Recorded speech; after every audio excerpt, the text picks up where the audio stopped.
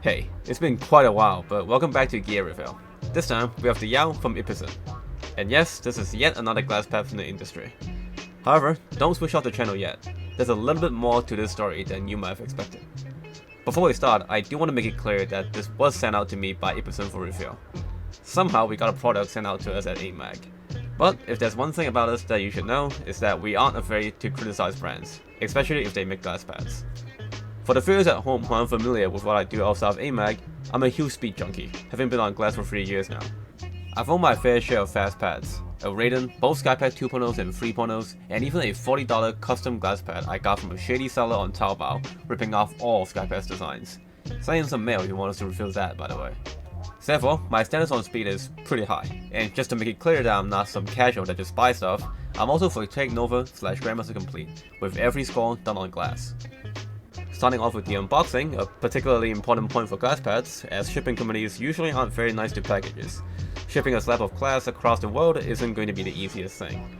And Ipason did quite well here, with a good amount of foam inside, and it was further bubble wrapped and placed in another box for shipping.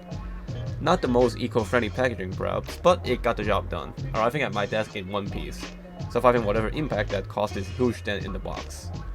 Opening the packaging, there's a sheet of paper further protecting the surface, and oddly there seems to be a bit of dust on the pad itself, seemingly from the factory.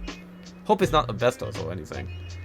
On double checking with the company, they did confirm that this was a full production copy, so not the most ideal thing, but the good thing with glass pads is that you can just wipe it off. So with the included microfiber cloth and a quick cleanup is as good as new. The pad comes in at 500 by 400 by 4mm, a pretty standard size when it comes to glass pads. Some may want more vertical space, but this is fine by me. The edges are nicely rounded, perhaps not mathematically perfect as some other brands claim, but I can play with it just fine.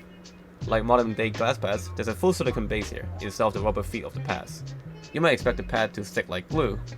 While it isn't flying around my desk when I play, it's not an AC2, but after a session I do notice that it slides around just a little bit on my smooth painted desk.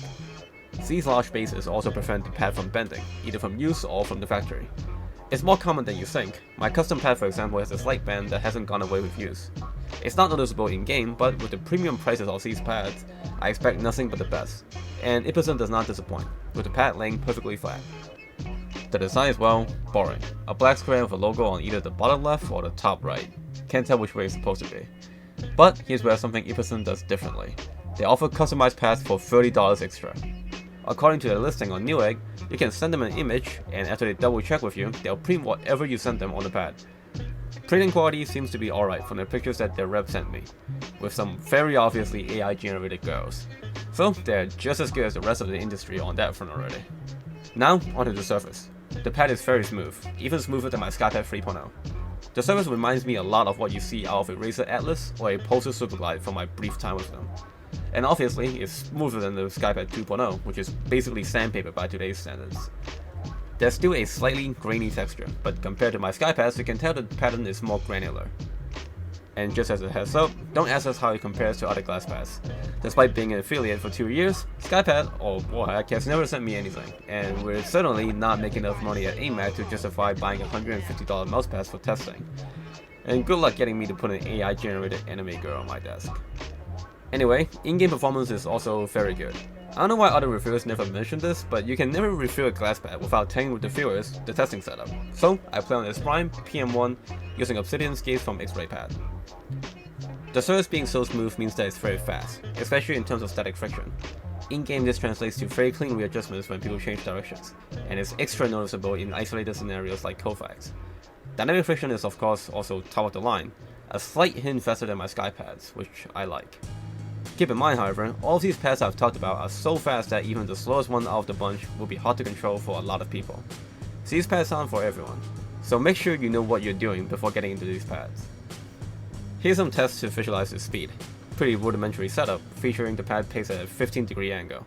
All tests are done on the same day, so humidity and temperature should be equal. Apologies for the slight mismatches in the camera angles. Not the most professional channel here at aimmag, but as you can see, it ever so slightly edges out the SkyPad and a Raiden as the cloth representative. Something that reviewers in this scene often miss out on is how different a glass pad is compared to a cloth pad. other than the most obvious things such as it's faster than cloth or it lasts forever. The main thing about glass pads is that you lose out the ability to press down into the mousepad for extra control, something that you can only do on cloth. The difference is more drastic than you think, as what requires extra effort from you to gain the mouse control necessary to keep your aim in check. This also means that there's less obstacles holding your aim back, less friction, no pressing into the pad.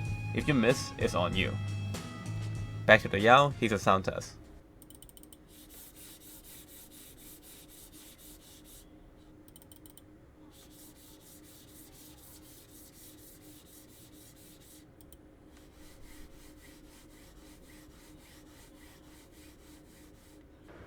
However, pads being this smooth will also have some problems.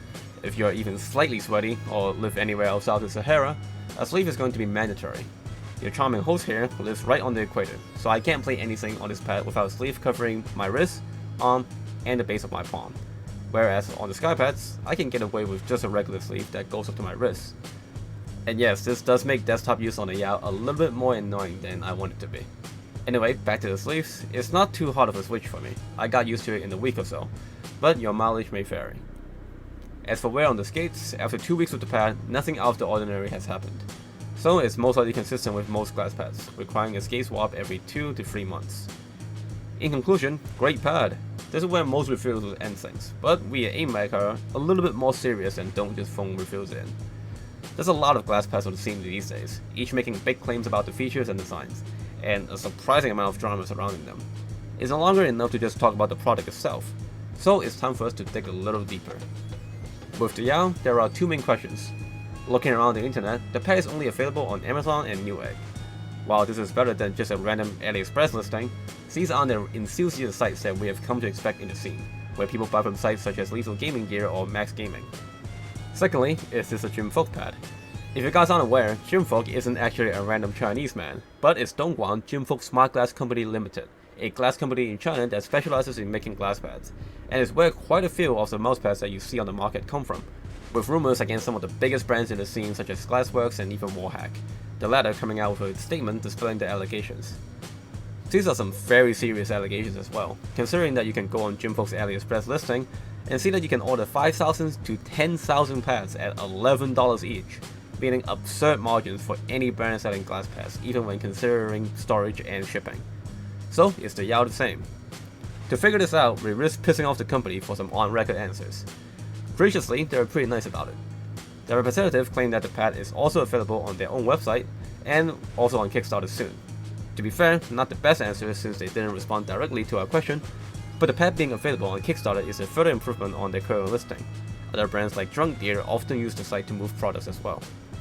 What they answer directly though is that the pad is not manufactured by Jim Folk. There's no shame in using an OEM to make your pads. Owning the entire manufacturing stack would be an unrealistic ask for most but the richest companies like Logitech and Asus. But it's still good to know that I'm not spending $100 on a pad that will perform the same as something that costs half as much from other brands. Now for the real conclusion. At $100, this is a pretty pricey mousepad, slightly lower than top of the line pads like what you see from SkyPad or Glassworks.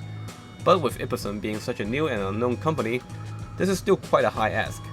Luckily, the pad does perform at a high level, which makes the pad competitive with the rest of the field. Checking out their Newegg listing, they also claim a 1-year, no questions asked return policy, which is very impressive if they're able to back it up. And for a fully customized one at $130, now this is getting really interesting because that's the exact same price as a SkyPad 4.0. And with how the 1-year warranty also applies to customized pads, this is a very good price if they can uphold it. I might get one myself if I ever come up with another design.